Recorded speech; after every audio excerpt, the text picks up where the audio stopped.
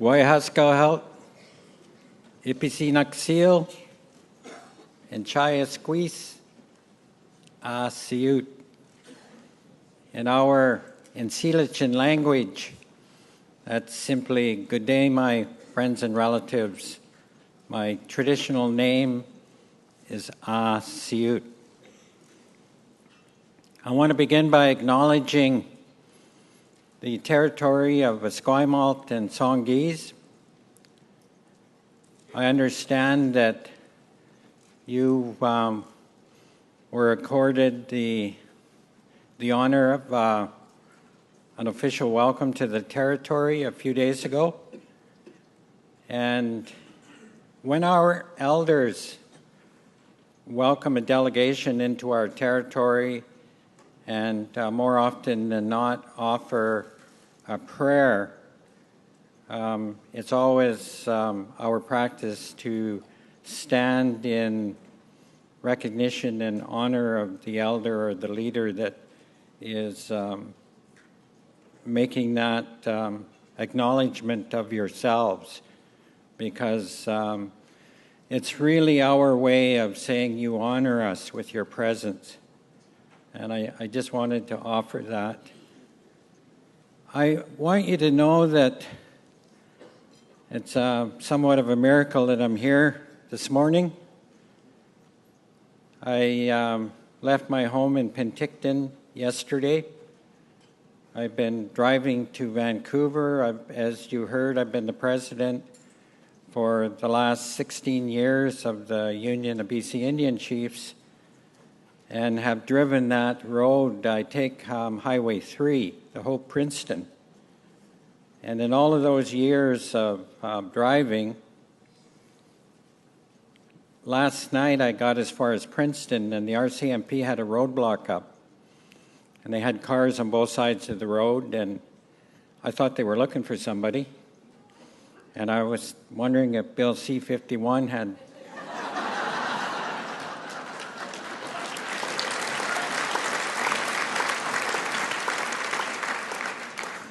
actually taken effect. And as I approached the officers and rolled my window down, they told me that the road conditions were absolutely horrible and that I should turn back. They were stopping everybody, telling them to either stay in Princeton overnight or go home. And the officer leaned down and looked into my vehicle to see if there was anybody else in the vehicle. And he said, unless it's life or death, he said, I strongly recommend you hunker down here or go back. And I said, well, I'm giving the keynote at the BC Teachers Federation tomorrow morning. So I have to go through.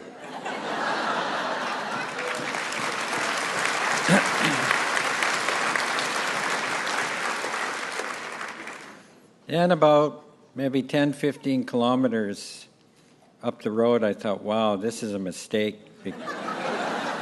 Because it was really bad. There was trucks jackknifed all over the road. There were trucks in the ditch. There were accidents, SUVs on their side on the road, and so on and so forth. But I managed to get through, and here I am.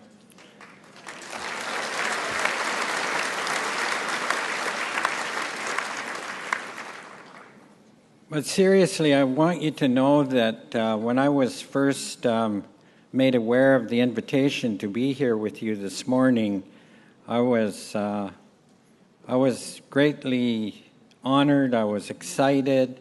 I was really looking forward to this moment. And simply, I have the utmost and the greatest respect for the BC Teachers Federation. And I wanted to come here to simply let you know that, to know how proud I am of each and every one of you, all those hardworking people in your organization. I want to commend you on your job action that you took last year. I've always had a deep respect for the sense of social responsibility and social conscience of the BC Teachers Federation in a whole variety of social justice issues. We always hear from our teachers with respect to those very, very important issues. I've shared with you in the past that I have 2 daughters, 4 sons. Our baby is 36 years old. But both of my daughters are teachers, and I'm so proud of them.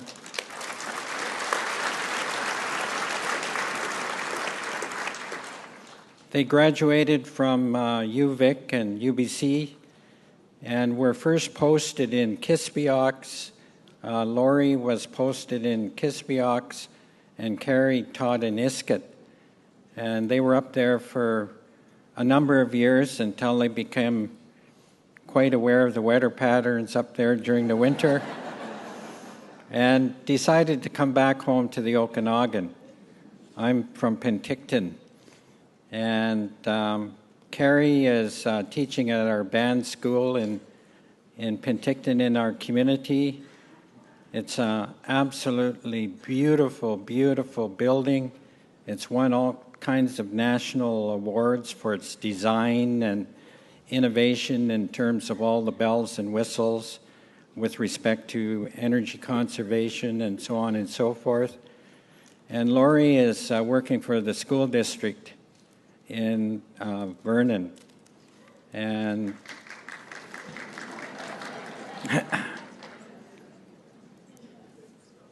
And I remember when Laurie was in Kispiox, and we got there and it was lunch break, and Gitsan and Wet'suwet'en people are really healthy, they're really big, and my daughter is even shorter than me.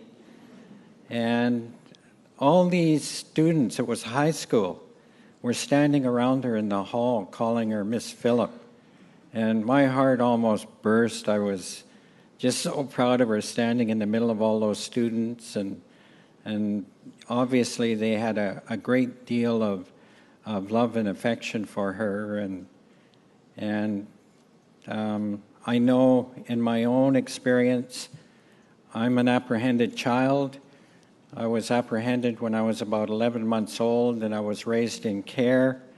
I never returned to my home community in Penticton until I was in my early 20s. And I grew up in Quesnel.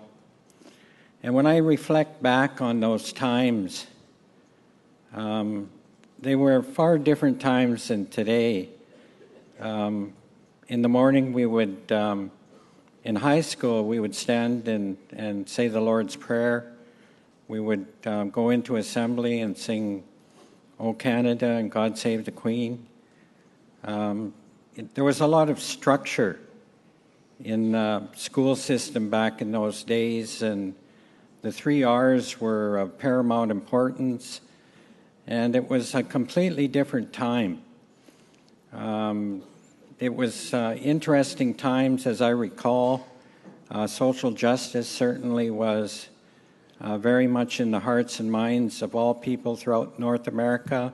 The civil rights movement, the anti-Vietnam War movement, the peace movement, not to mention the Red Power movement. And I was completely swept up in that. But it was teachers throughout elementary and high school that made a difference in my life. And I want to acknowledge that. When I think back, there's always 1 or 2 important teachers that come into our lives and have tremendous influence on shaping our minds and giving us a healthy worldview and perspective on social issues. And I know that there are a lot of teachers in this room that fit that description, that are with our precious children for the greater part of the day, and will have that influence and make that difference. And although it was the public school system, and of course as a Indigenous leader. I'm now very much promoting Indigenous education. Interestingly, I went home to my home community. That's another story within itself. My father literally dropped out of the sky one day, and of course I had no connection to my home community at all, because back in those days the policy was complete isolation, no communication, it was prohibited. So I grew up not knowing my family, not knowing who I was or anything along those lines, and grew up very acculturated. And one day, just out of the blue, he arrived at my house. And I had been steeped in racism and prejudice and so on and so forth about Native people being drunks, lazy, worthless, dangerous. And I had been taught that from the time I was an infant by my primary caregivers, so I really didn't have a lot of choice or didn't question the messaging. And so I had these built-in attitudes when my father arrived, but I can tell you they quickly evaporated over the space of several hours during the course of that first initial contact. And I immediately developed a sense of affection and attraction to this man who was my father, who I never knew. And he invited me home to visit, and I went home, and it was nothing short of the second coming, because out of all of the apprehended children of my generation, not to mention my own family, my older brothers and sisters, 3 of them went to residential school, and my other siblings, 5, were apprehended, including myself. And that is pretty much the profile of a normal Indigenous family. But when I went home, being the last to return, there was nonstop visitors coming to the house over the course of 3 days. It was incredibly emotional. It was August, and people dressed up to come and meet me. And thus began my journey, re-entry, reunification, and I began to learn the true history of this country and this province and what happened to our people. And interestingly, right about the time I began to work for our community, for the Penticton Indian Band, the policy paper came out in 1972 by the National Indian Brotherhood, known as Indian Control of Indian Education. And it was one of those watershed foundational documents, a declaration that Aboriginal education demands local control, and parents have to be directly responsible for educational outcomes. And that's been our goal and aspiration for the last 40-odd years. Those principles have been reaffirmed by the Assembly of First Nations not too many years ago. You all witnessed the very high-profile, divisive debate around the federal education bill, and the bottom line there was nothing about us without us, and that was a top-down effort to decide once again what was best for Aboriginal people. And it was resoundingly rejected from sea to sea to sea. I'm glad to say that we have an incredible organization like you do, the First Nations Education Steering Committee, that is comprised of the organization itself has the most amazing governance model of 100 and so odd educators that develop policy and make decisions. But they are basically the spokespeople for Aboriginal education in British Columbia. And they've asked me to to share with you that evidently there was a 1999 Aboriginal a task force report from the BC Teachers Federation on Aboriginal education. And there were a number of recommendations made within the scope of that report. And like all reports, generally speaking, a lot of effort, a lot of time goes into them, but unfortunately the recommendations too often are not implemented. So we're asking that that the organization and the teachers certainly revisit those recommendations. The First Nations Education Steering Committee is very, very cognizant of the need for successful, positive outcomes with respect to our success, and actually want to see legislative amendments to the School Act to that effect, that there's a reporting, a mandatory reporting of outcomes. Another issue that I was asked to bring up was the issue of special needs. Unfortunately, there's a practice of pushing our people along through the system. And the consequence of that is when our students get into a secondary experience, quite often they're unable to write, or their math skills are very lacking, and so on and so forth. And the consequence of that is, is really tragic, because we have an enormous population of young people, and something that is a relatively new phenomena is emerging and arising in our communities with respect to social dysfunction. And of course, I'm making reference to the phenomena of organized gangs amongst the young men in particular. And I think a lot of that has to do with the fact that they just are so deficient in their fundamental skills. We heard from a chief just last week in one of our meetings about the young men in his area that can't even sign their name. And when they do sign a document, they just put their initials down. But they spend an inordinate amount of time in correctional facilities.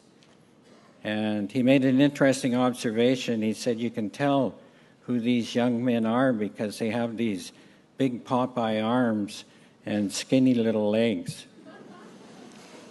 So I just wanted to share that with you, that teachers play that, that transformational role between our students, our young people, and the world that they're about to step into, Canadian society, and the ability to be able to successfully enter into secondary and post-secondary learning experiences.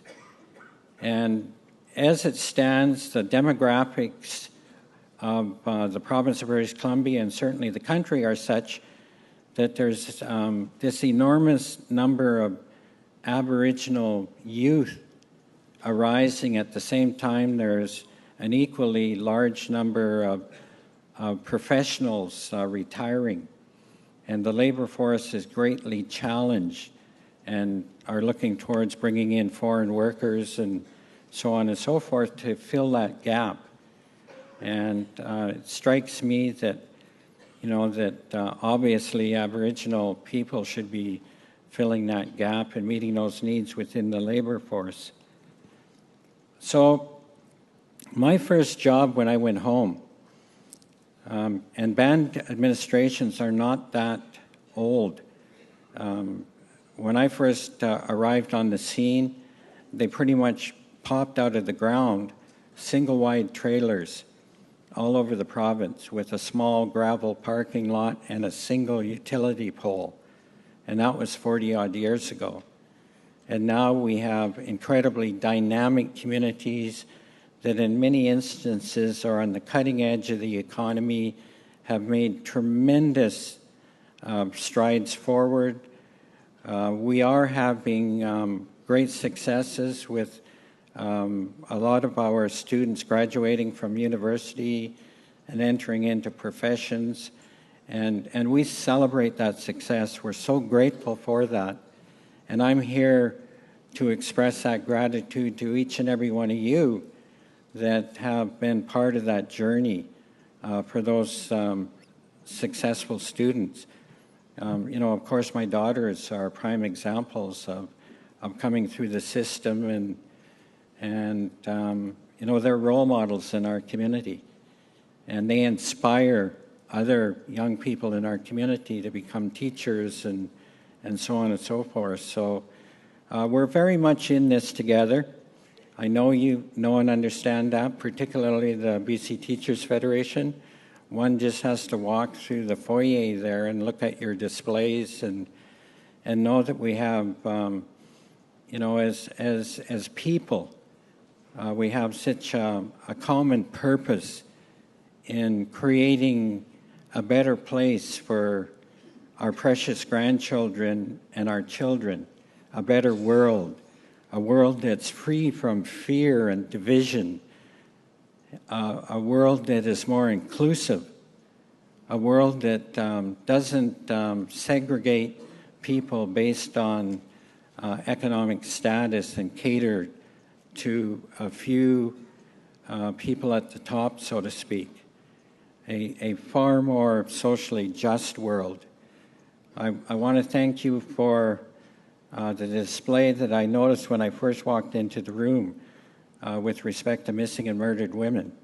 An absolute national disgrace, but at the same time, very much a social indicator of the work that lies in front of all of us in order to change that. And we know in this room that education is the absolute foundation, the cornerstone of political, economic, and social progress.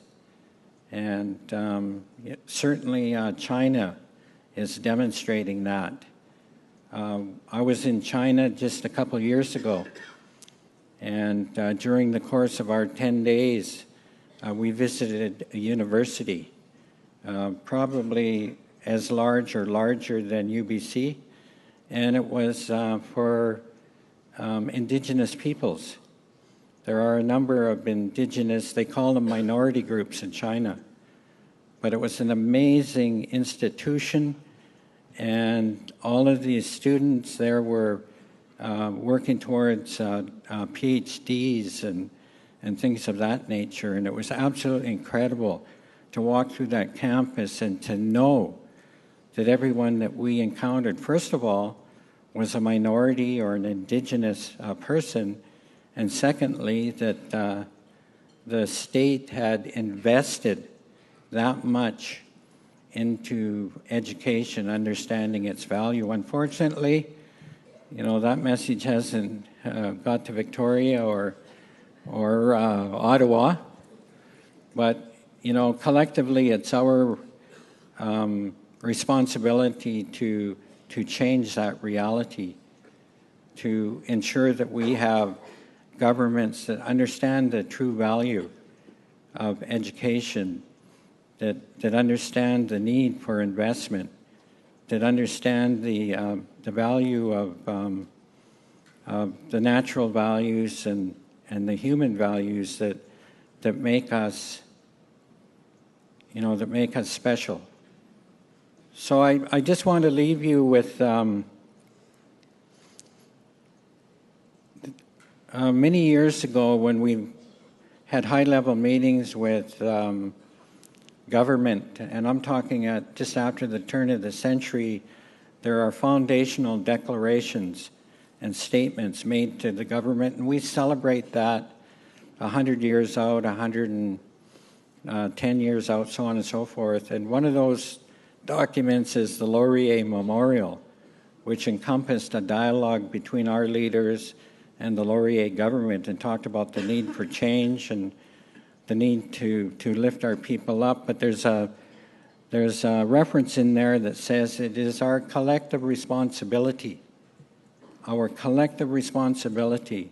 to hold each other up so that we may be great once again. And the Union of BC Indian Chiefs is proud to stand in complete solidarity with the BC Teachers Federation and everything that you stand for and represent. Why? Lim lim.